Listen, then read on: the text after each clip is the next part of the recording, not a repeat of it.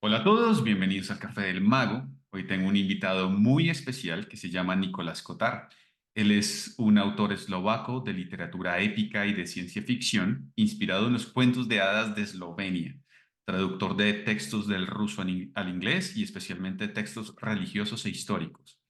Debo decir que he venido siguiendo su contenido desde hace ya un tiempo y me parece una persona absolutamente increíble, pues su contenido explora la condición humana desde una óptica divina y le ayuda desde su quehacer como escritor y contador de historias a darle sentido a la vida en un mundo que parece tener menos.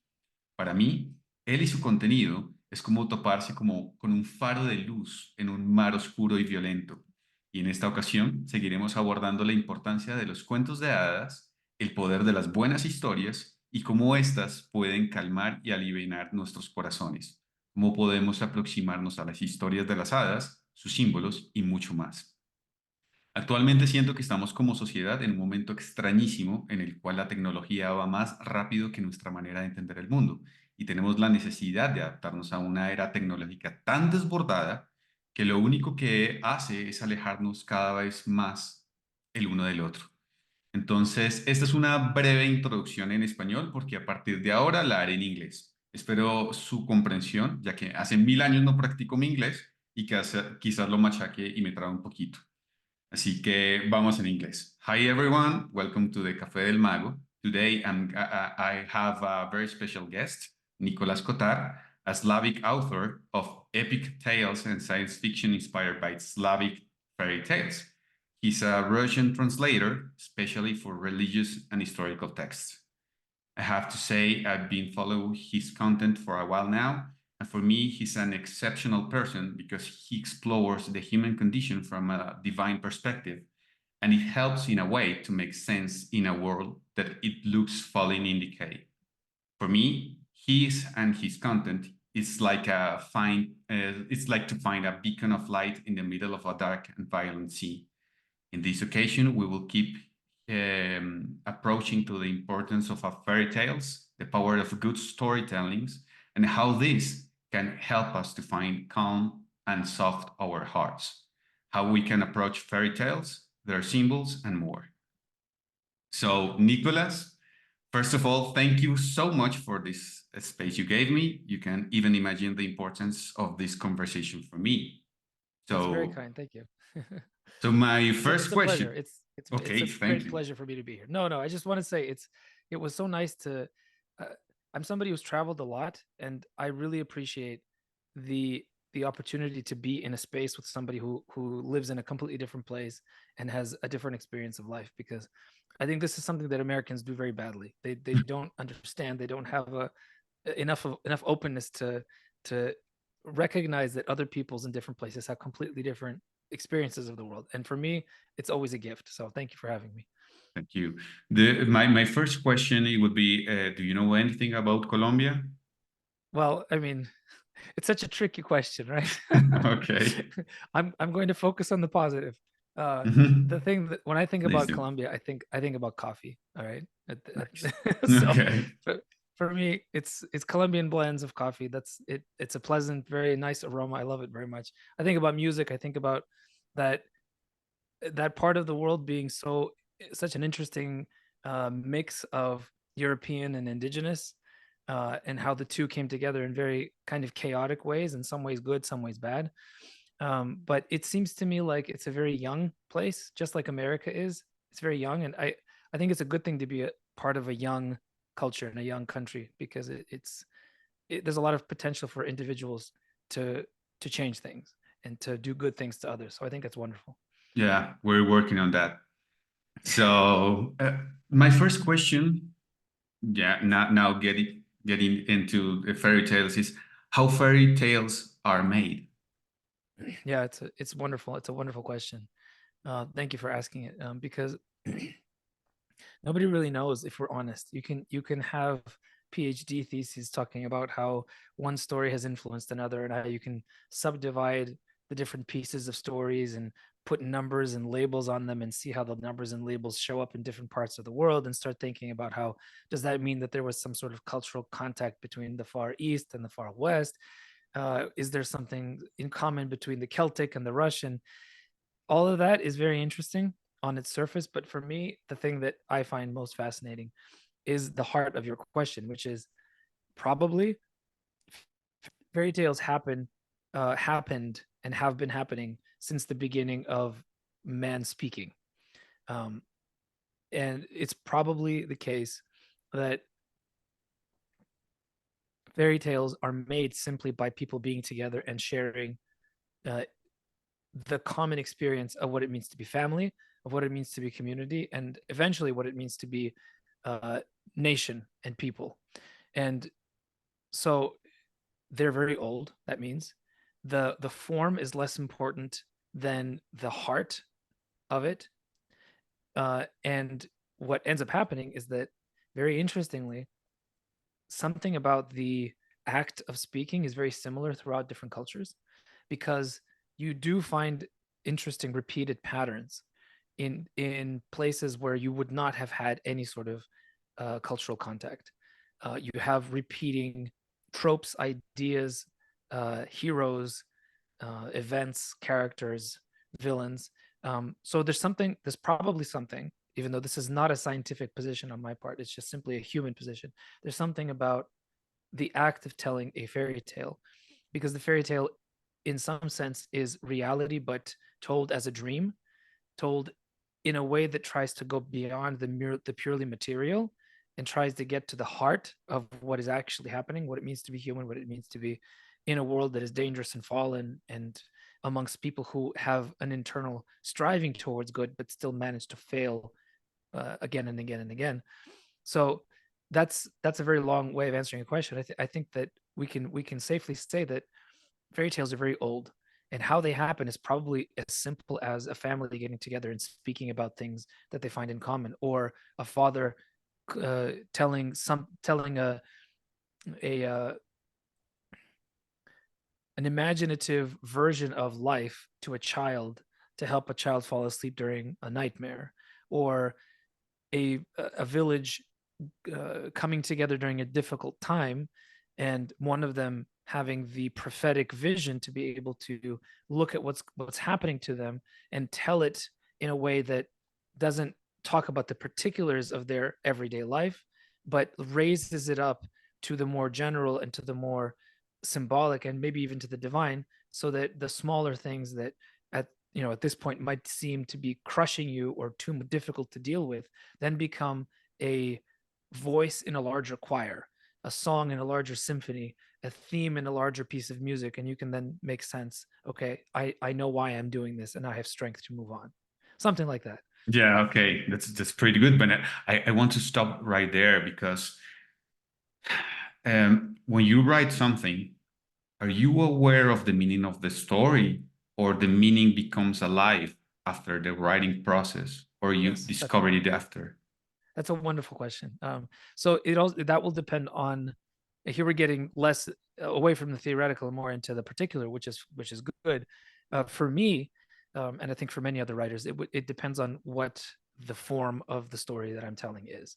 So I would have probably, if you asked me this 2 years ago, I would have said something like it's a little bit of both, but I can get even more specific now. So if I'm standing in front of an audience and telling a story that I know very well, a story that has gone through me many times, that I've read, that I've grown up with, that I've experienced through the act of telling it to my children, that I've experienced it through the act of telling other people, that I've experienced it through the act of translating it into a different language, that I've experienced in through the act of reading about the history and the symbolism around it. And so that then that story becomes something that all of those sources of information, those sources of inspiration come into me. And if I'm on stage or just in front of a group of people and telling that story, that is a very specific kind of act.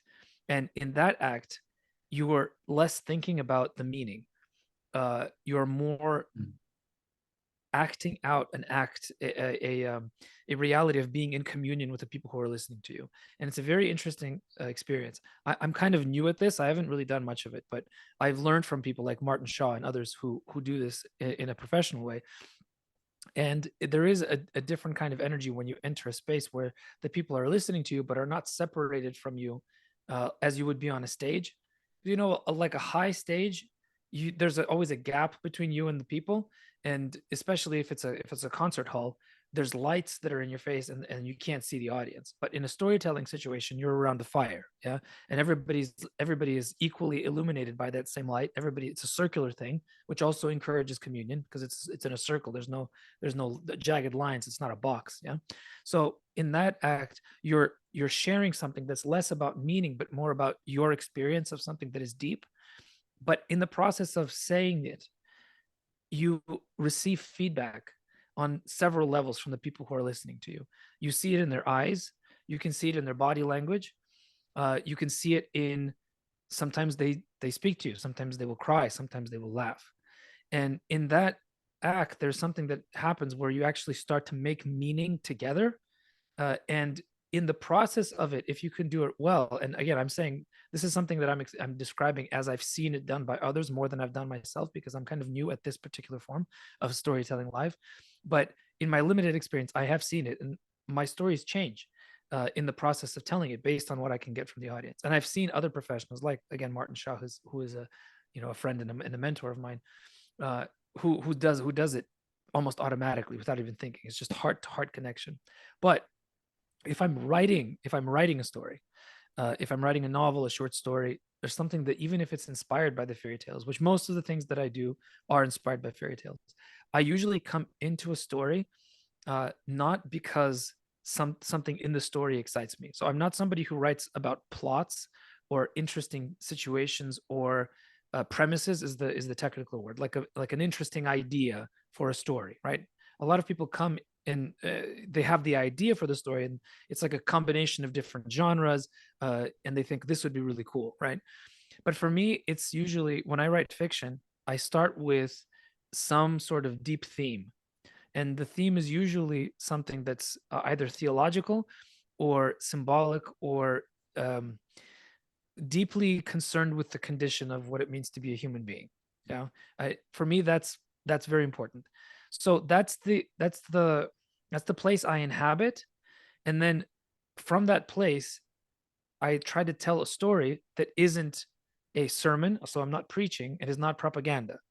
So I have the theme, I have the idea, I have a something that I wish to share with someone else. But when I descend into the story and into the characters, I have to leave that behind. Okay. And because the characters have to be real, they have to do things that are consistent within the world that they're in. So I have to descend from my position of God as the writer, and kind of empty myself into the point of view and reality of the characters, and then allow that reality to then become the storytelling medium. So then I have to limit myself in my desire to tell a larger theme or idea that I think is important, and then allow the characters to navigate that theme in actual real life circumstances. For them, it's real life because they're in the story. And so what ends up happening is sometimes the thing that I thought I was writing about is not the thing that comes out. Um, So I don't know what that is. I don't know if there's some kind of conversation that's going on with God, or if it's a conversation with my subconscious, or if it's a conversation with humanity at large. Because the truth is that when you write good fiction, if you're actually somebody who is careful about writing stories in a way that would make them good, in other words, you're following the rules and trying to be a technician, yeah, trying to be okay. good with the technique, you will always realize that your characters must act the way human beings do in real life. And if you try to make them do things that are not realistic, the reader simply won't accept it. The Okay. readers don't like it. And even if they can't, even the readers might not think, oh, that's not realistic, but they might lose attention. They might lose connection, and they might not even realize why. But the reason is that the author very often has then stopped allowing the characters to be human in a real sense. And so I think there's something important about the author willingly limiting himself in either situation. Because if you're telling the story live, it's very much emptying yourself out to the people who are directly in front of you. And it's a very active process. In writing, it's more solitary, right? Because you're inside your Mhm. head and you don't see the reaction of people reading. But if you are disciplined, then you will force yourself to be inside the world of the characters that you have created. And inside that, meaning is made by the characters who are navigating a secondary world that you've created for them. And if you've done a good job, then they will be reenacting, or kind of recapitulating is a technical theological word, like re-embodying reality in a way that is not real because it's on a piece of paper. But then the reader can very closely live through that, through the empathy that a reader has with a character in a book. And it allows then the reader to make, or rather to participate in, an act of meaning that raises their own personal experience to something that's higher. Does that make sense? Yeah, a lot. A lot. In that sense, do we need to make an interpretation after reading the fairy tales? Because I'm having a lot of trouble with people trying Yes. to rationalize them. Do Yes. we need Yes. certain type of disposition to hear these stories? Yeah, I agree. It's most of the attempts at interpretation that have become canonical as part of the study of fairy tales and folklore are a product of the late Enlightenment. So this is late 19th century, early 20th, and into that. And so what you see, and I have had personal experience of this, I've had very interesting and very negative conversations with folklorists who don't like stories, because for them, I mean, they wouldn't say that, of course. They would Yeah. claim that they love it, but the act of storytelling for them, which is an act that is absolutely free, it is an act of freedom for both the teller and the receiver. For them, that freedom and that it breaks the restrictions of the um, of the field of study that they are in, because that field of study is all about breaking the pieces, looking at them under a microscope, Yeah. putting labels on them, just like to kill an animal to understand how it works. It's the same sort of thing, right? And so any kind of analysis, it's you run into the danger of killing the story. And there are even some people who are more animistically minded than me that would say that the story is a living spirit. And so if you try to analyze it, you are, well, first of all, you're probably scaring it away. So it's not there anymore. And what you have left is not a story, but a corpse of a story. But you might even, in some sense, actually kill it by trying to make it too material, right? Now I'm talking a little bit outside of my comfort zone here. So if I sound like an idiot, that's why. But um, but on the other hand, we as modern people don't inhabit, like you said, that mind space and that heart space that would allow us to understand intuitively the rhythms of the stories and the images and the deeply symbolic realities of what are happening. So we read these things, especially in Russian fairy tales, where things are very, very deeply woven into the history and the experience of the Russian people over 1,000 years. So if you're coming into it from the outside and you don't have a proper reference point, it can be very difficult to understand what's happening. So, on some level, you probably have to nowadays, for people who want to enter into this space and don't have any point of reference, you probably have to have some kind of, not analysis, because that's such an ugly word, but a space in between the telling and the receiving where you can share some of the uh, suggestions of meaning that might be universal, right? So you're carefully entering into a space where both the listener and the teller are very actively involved in not killing the story, but also are trying to understand why the story does what it does. So if we're taking the metaphor of the scientist looking at the animal, it's something like entering into the habitat of the animal and being there with it and trying not to scare it off, and being there long enough to be able to actually live with the animal and see what it does in the wild. It's the opposite of taking a wolf and domesticating it and making it into a dog, right? Yeah. And there's a very fine line between the two. So there was a wonderful book I read by oh gosh, I forgot his name. He's a Hispanic, American Hispanic writer, naturalist, Barry Lopez, Okay. uh, who has a book about wolves.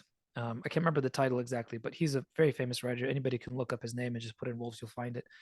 And he has this incredible book. It's basically a look at wolves through the eyes of science, through the eyes of history, through the eyes of indigenous cultures, and to hear how an Eskimo in Alaska speaks about a wolf, and to compare it with somebody who has studied wolves in captivity, even if those people um, are trying to create a bond with the wolves that is more authentic, more pack-like than it would be in a zoo, for example. So even people who are trying to make it more like it would be in the wild, the difference between the two is massive, and the difference between Yeah. the way they relate to the animal is very different. So it's a wonderful story in that book where an elder of one of the northern tribes in Alaska, the indigenous tribes, was asked around the fire. It was a big family gathering, and one of the younger people asked the grandfather. They said, "Who was the better hunter, man or wolf?" And the elder became very quiet and kind of closed his eyes for a while and sat in thought, kind of being in the presence of the wolf, even though the wolf wasn't there. And he opened his eyes and he says, "They are the same." And it was this incredible moment of connection that you don't see it unless you enter into this kind of uh, but also because you're not trying to kill the thing that you're examining it. So for me, this is a very dangerous and very this is something that I'm always trying to do correctly. So I try to talk about the meaning of the stories historically, because that's not so difficult to do. You can see some things about the history of the Russian people and how those things are expressed in the stories. You can talk about it theologically, and I can talk about it that way because it's not actually talking about the story. It's Okay. showing how the story inhabits a hierarchy of storytelling forms, because I'm convinced of the fact that actually the Christian Bible is a template for all forms of storytelling, all Oh. different kinds of forms. This is not a thought that I came up with. This is a thought that I initially read in a book by a biblical scholar named Robert Altman, who wrote a book called The Narrative of Scripture. It's a wonderful, wonderful book, and very convincingly shows how pretty much every literary and oral storytelling structure that exists in humanity is there in Scripture in a kind of template form. And it's Wow. it's really, really interesting. So I can talk about how fairy tales then are, in their format, are something that points to the next level of storytelling, which is the storytelling of the lives of saints. And not surprisingly, oftentimes the stories of the lives of saints contain things that are almost fairy tale like in their character. Animals coming in and becoming almost human like in their interaction, encounters with frightening beasts in the desert, all kinds of miraculous occurrences, right? So this sort of thing that if you're a materialist, you say, "Oh, that's all made up," Mhm. right? But if you're somebody who inhabits the world of story in a more authentic and a more ancient way, you accept that no, actually, this is moving closer to the ultimate way of talking about reality, Yeah. which is God's revealed word, the word of Scripture, right? So it's all moving towards the same direction. I think if you this is what I try to do. If I'm able to talk about it in that way, without, of course, limiting the understanding of the stories to only that thing, but showing how these are ways of telling that ultimately can point you to things that are even greater and even better. Does that Yeah, make but I sense? have a lot, but I have a small trouble there because Yes. I know fairy tales speaks in symbols.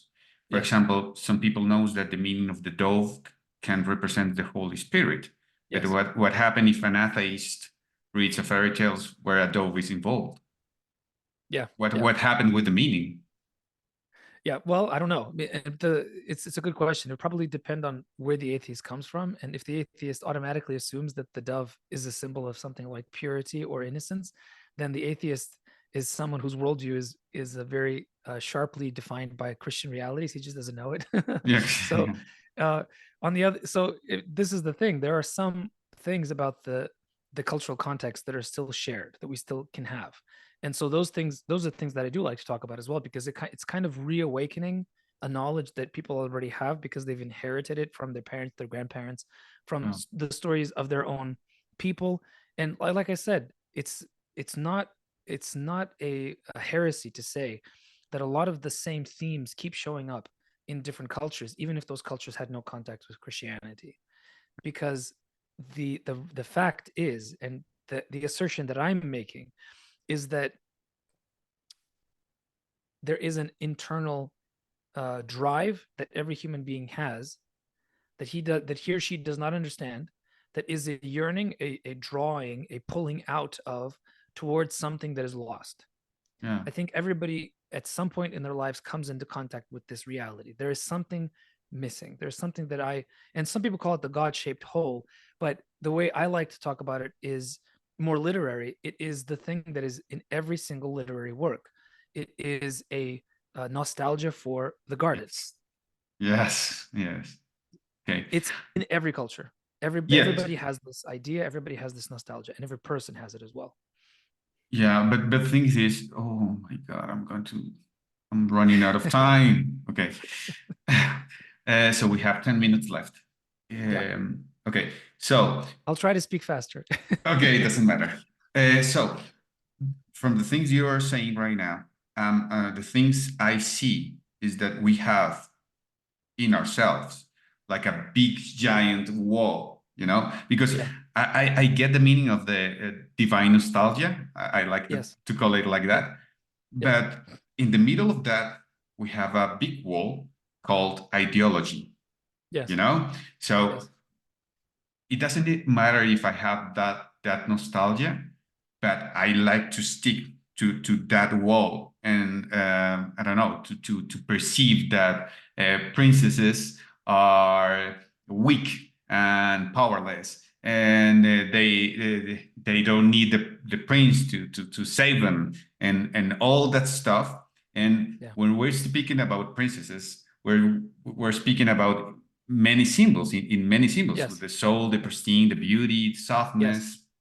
But in a gathering, someone asked me who determined the meaning of those symbols, Yes. and they are mediated by this giant wall called ideology. So Yes. I don't know how to sort that. Well, the issue is that you can't sort it by talking to people on the level that they're asking the question, because the question doesn't come from the heart. The question comes from the head. And so if you're talking about a vertical wall that separates two halves, I'm assuming, right? Or Mhm. that is a barrier between something and something else, then that barrier has to come down. And the only way it comes down is by experience. It's not by it's not by thinking. But the thing about story is that it invites people into experience. It doesn't invite them into perfectly articulated propositions. Yes? It shows, not just shows them, but it invites them in. And a good storyteller can mediate an experience for people so that when they are in that space of story, all of those things fall away, because at the moment when the story is happening, they're not thinking about it. And it's only after, when they leave it, that they remember, oh wait, that's wrong.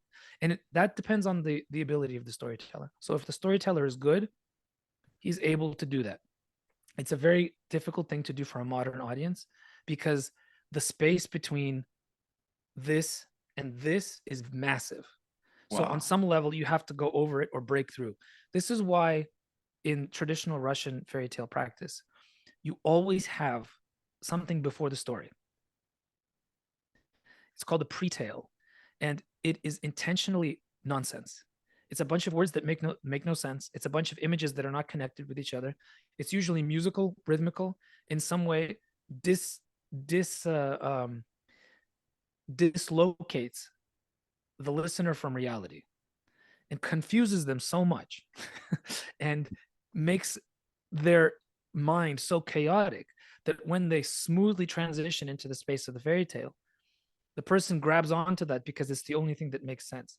There's a wonderful actual example of this that I'm reading right now, and it's a book called Bard Skull Mhm. by Martin Shaw. I already mentioned him. This is a book that puts into practice what I'm talking about. The first third of the book makes no sense for somebody who has no understanding of the world of the magical, the fairy tale, the real beyond the veil. Somebody who is a rationalist who is held by ideology will not be able to read this book. But if they stick with it, and by the way, it includes me. Like for the first 10-20% of the book, I was like, Martin, I have no idea what you're doing. This is the craziest book I've ever read. But at a certain point, I got past it and I started to understand with my heart what he was doing. And at that point, it's like we entered into a different space, both he and I together, and we were having a conversation. But it was a different level. It wasn't me proving something. It wasn't the other person trying to understand. It was like a dance or like a music where both of us are singing and making melody and harmony together. So that's how you do it. And it doesn't always work. It takes time. The person has to have at least a little bit of a crack in the wall so that you can reach your hand through it. Otherwise, they're not able to hear. My God, that's beautiful because fairy tales are like an invitation to life, Yes, mostly. You know, yes. it's like forget all the ideology, just live. You know, just listen to your heart. You know? Yeah, because all that ideology and stuff, it's become like a cancer, right? So Yeah. it always has its place. The head always has its place. It has to have its place because without it, we wouldn't be able to navigate reality. But we've been so head centric for so long in the history of the West that we've completely shut down the heart. And this is just a very human problem. It's not just a modern problem, it's a human problem because it's much easier to live here, much easier. And it's much more scary to live here because this is, you can't control it. It does what it wants. Yeah. You can't control it. But if you like, if you find the right frequency and let it resonate with the right frequency, then that frequency can guide you. Yeah, it's about resonance. It's about aligning together with something, and that's where the danger comes, right? Because you want to find the frequency that is the good frequency, because there are many bad frequencies too. So when the person asks the question, you know, I understand why they're asking. I understand why they're asking about the princess because it actually comes originally from a good place. The place that it comes from is a desire for there to be justice, a desire for there to be love, a desire for there to be union, but it's misguided and it's cracked. So you take the intention, you ignore the question, and you invite them to the space where the intention is joined with a way of actually living that thing that they're thinking about. And that takes time and it's difficult. Man, okay. I'm going to make a small parenthesis. Uh, do you think it's as good to stop the interview and Yeah, remake it continue. again? Like Absolutely. continue, Yes. please, because this Yes. is so interesting, you know. And do you think fairy tales can help us soften our hearts no matter the age? Yes, I think so. Children naturally gravitate towards fairy tales more than adults do because fairy tales are dreamlike and children are living dreams. Basically, their reality is not that different from the dreams that they have. They are, and that I don't mean that in a kind of symbolic way. I mean that their connection to the reality that is not material is much more active. They can see things that we cannot. I honestly believe that when you're looking at the face of a baby and the baby looks away from you and starts to smile, I honestly believe the baby is seeing angels. I believe this. Um, Other people are like, no, that's just that's a biological reaction. I'm like, if that makes you happy, go ahead. But I've seen too much for me to doubt that this is actually the case. And I have 4 children, so the Yeah. experience of seeing the world through their eyes, it reminds you of what life actually is. So it's harder for a person who's older, but on the other hand, if they can break through that wall that you're talking about, their connection to it can be much stronger because it's like they're bringing back the joy and fire of childhood back into adulthood. And if you can do that properly, you become more closer to whole, completely human. So the children, you can't give them the meaning. They're not going to understand, and if you tell it to them, they won't even listen to you. But as an adult, if you can superimpose the meaning on top of the experience of being in the story, then it's something even more powerful. So I think it's for all ages, but ultimately it's probably even better for adults than it is for children. Well, hold that thought. I'm going Yes. to stop and okay. Okay, thank you Good. very much. Okay, Yes.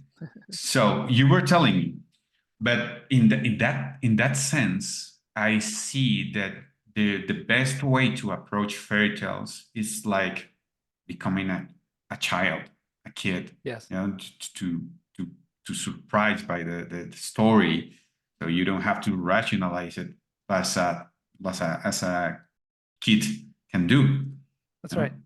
But doesn't that remind you of something? Yes, That a lot, a lot. uh, You can speak it's about it. he who does not accept the kingdom of heaven as a little child Sure. cannot enter in Wow. there. Uh, Very powerful. it is, and it's very powerful. But it's more.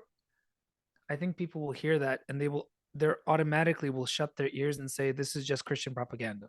Yeah. But what I'm actually trying to say is not that. What I'm trying to say is that there is profound wisdom in the idea not of becoming childish, but of becoming childlike. And childlike is innocent. And why is that so profound? What is it? Is it about becoming stupid? Is it about becoming weak? No, it's about becoming the kind of person who is so great-hearted, whose heart is so strong that you can, without even thinking about it, just assume the best about the person in front of you, no matter what that person is, no matter what you think that person might be. And this isn't just a theoretical idea, okay? This is exactly what happens to the great saints. And I can only speak from the Orthodox tradition.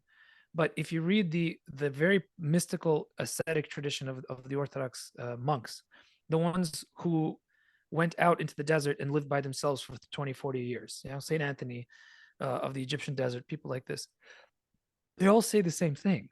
They all say that the only way that you can do this thing that you want and call it what you will, harmony, Mhm. love, acceptance, tolerance, whatever, call it what you like. The only way you can do that is by becoming so simple that your mind doesn't even stop to think, does this person in front of me have negative sides? That the assumption is, this is a human being, I am a human being, we are one. And the immediate thought might be, okay, you're going to be taken advantage of. That's a perfect opportunity for someone to just run all over you, to take advantage, to steal. And of course, that could happen.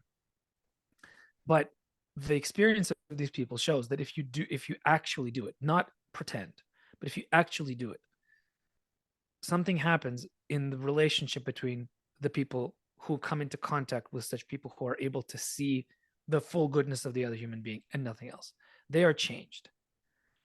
They are changed. There's a wonderful story about a saint who was a monk in the Egyptian desert. Uh, I, I, what is his name? I keep forgetting his name. Mhm. And shame on me, I need to know these names. Okay. It'll probably come to me at some point. But Okay. he was a very famous ascetic, uh, meaning no women. Yes, and he had a heart pain for the all the young women who were forced to sell themselves into prostitution Well, in the city of Alexandria. Alexandria was a very cosmopolitan big city. Think Las Vegas. Think, I don't know. mhm. Put in Okay. the biggest city in Colombia, and I'm sure it's the same sort of thing. Okay. And you have people who take advantage of such women, and you have women who do this because they have no other choice, or because they choose to, or because they want to make all kinds of reasons. Every night, he would pay for the services of a prostitute. And the entire night, he would say, I've paid you your money. I want you to do only one thing: stand with me and pray all night. And he did this every night. The thing is, everybody assumed that he was going to do the thing with the women. Mhm. Yeah. So his name became Black. And he was, except after a long time, the all the many of the prostitutes stopped doing it and became monastics themselves, became nuns. They left. So the experience of coming into contact with a person who was not just looking through his fingers like this and choosing to see the good, but in actual reality saw nothing but the good in that other human being, and everything else was like, that's not you. Wow. That And that's the experience call. changed them. Yeah, and that's the invitation of fairy tales. Fairy tales, I don't think they can do that. That's too much to ask of any story. But what they do is they show you that it's possible, because they invite you into a situation where you share a heart space with someone else. And when you do that, the experience is so positive that when you look at the person across from you, you only see the good for a very short period of time. And then, of Yeah. course, it all comes back, and you're again a normal human, and you start to notice all the bad things about yourself and about the other person. But that invitation, that short experience of something that is shared humanity at a very deep level, is an invitation to something even greater. So that's why I tell the stories. It's not because the stories themselves are wonderful, even though they are, but it's because their invitation is towards something that can actually transform you and the way you live in the world. And I know that because this is something that I live, not simply something Yeah. that I do. Okay, and you mentioned in some of your videos something that really amazes me, and that's the idea of creating culture. How Yes. does it work? How can someone or collective can create culture? Because I'm trying to make that, but I'm kind of done trying. So maybe you can give me some ideas to do it. So most of the things that I wrote about creating culture were from a time that I was much younger. Because Okay. when we were younger, we think that the very specific actions that we take will have effects that will bear fruit in 5 years, maybe, if it takes a long time, maybe six. But of Okay. course, people who really understand the process of culture creation have a cathedral mentality. They're the kinds of people who understand that they are like the workers in the European Gothic cathedrals of the Middle Ages, where they would give their entire lives to the building of 1/3 of the cathedral because it takes so long to build such a huge thing.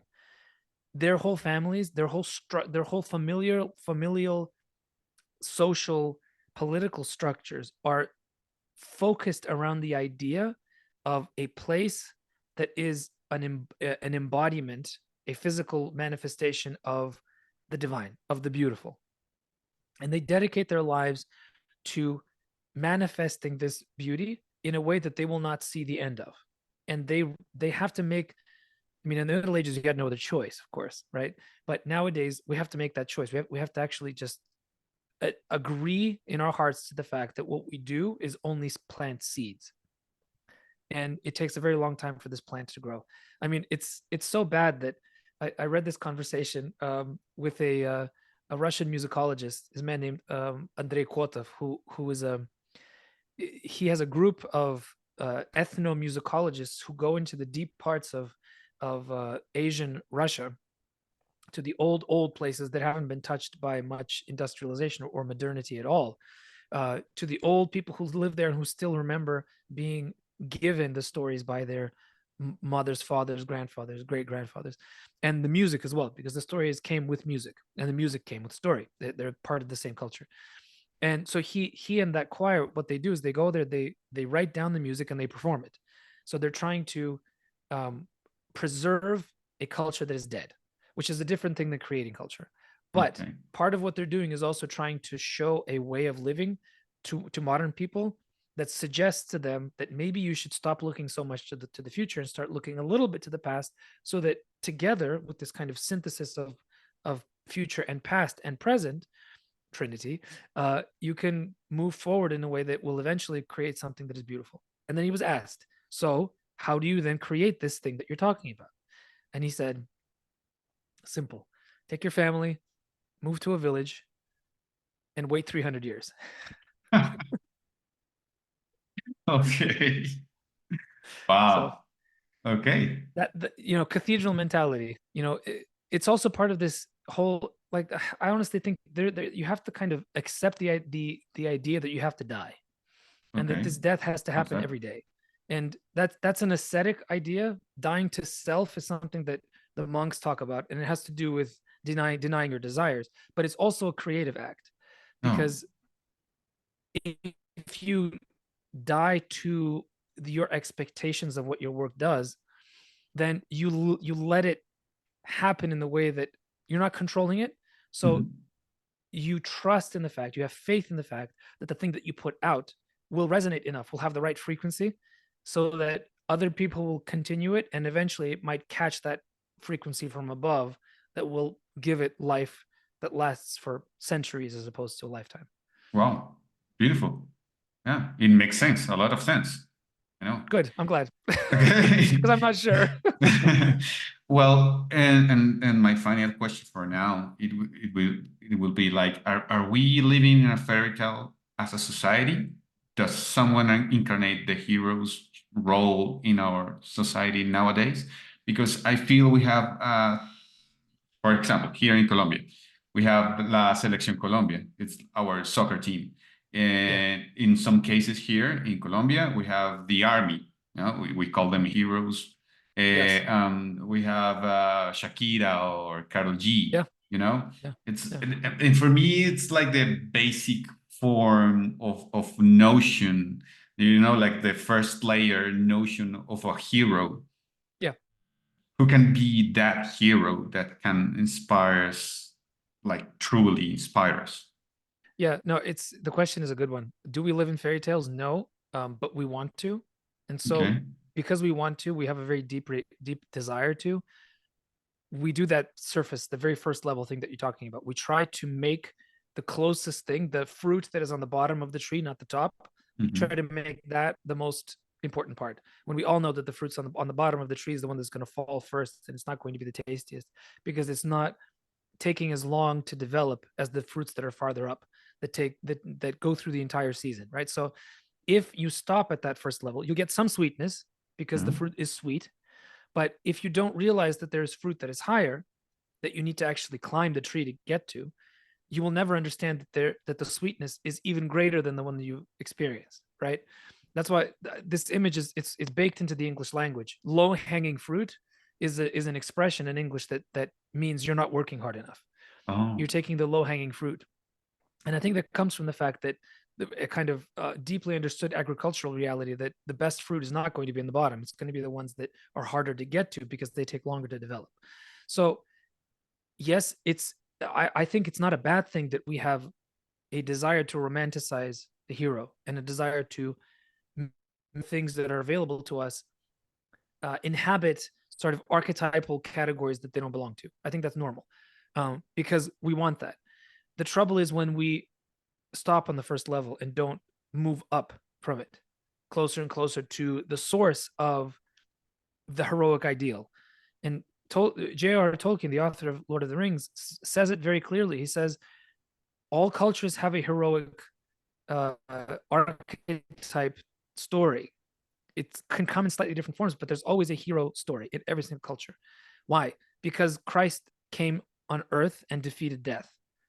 So it doesn't matter whether it's before or after, it's all pointing to him, all of it.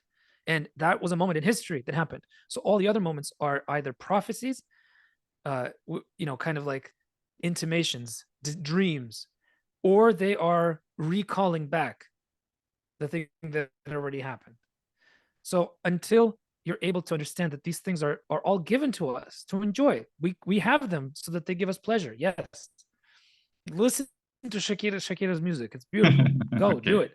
But unless, if you stop there, if you make her into the same image as the mother of God, Yeah. then you've turned her into something that she is not, and you're actually not doing her a favor either, Yeah. or True. yourself. Yeah. So if you can, kind of go through all those levels and get higher and higher and higher, then you don't lose the enjoyment of the others. It just becomes, it puts its proper place in the hierarchy of what you value. And eventually you come to enjoy the whole. And that's what's so wonderful about this experience of living in this kind of whole way. That that's what the fairy tales do. They awaken in you the realization that you can have both the world and the forest and the land beyond the forest where the treasures are. You can have all of it, but you have to do it in the right way and in the right order. And you have to, in the process, die to yourself so that you become part of something greater. And all the stories are about that. Man, that's awesome. And my final question: what's your favorite tale and why? My favorite fairy tale? Yeah. Oh, that's such a difficult question. Oh my goodness. It's yeah. It probably will change. If you ask me this in a week, it'll probably change again. Okay. There's something about there's a fairy tale called The Feather of Phineas the Bright Falcon. It's a Russian fairy tale about a prince who is a falcon. It changes forms from bird to human, and he falls in love with a girl in the village, and she accidentally or through carelessness becomes unworthy of his love, and so he loses her, and she has to go on a hero's journey, a very masculine hero's journey, to then rescue him as though he were the princess.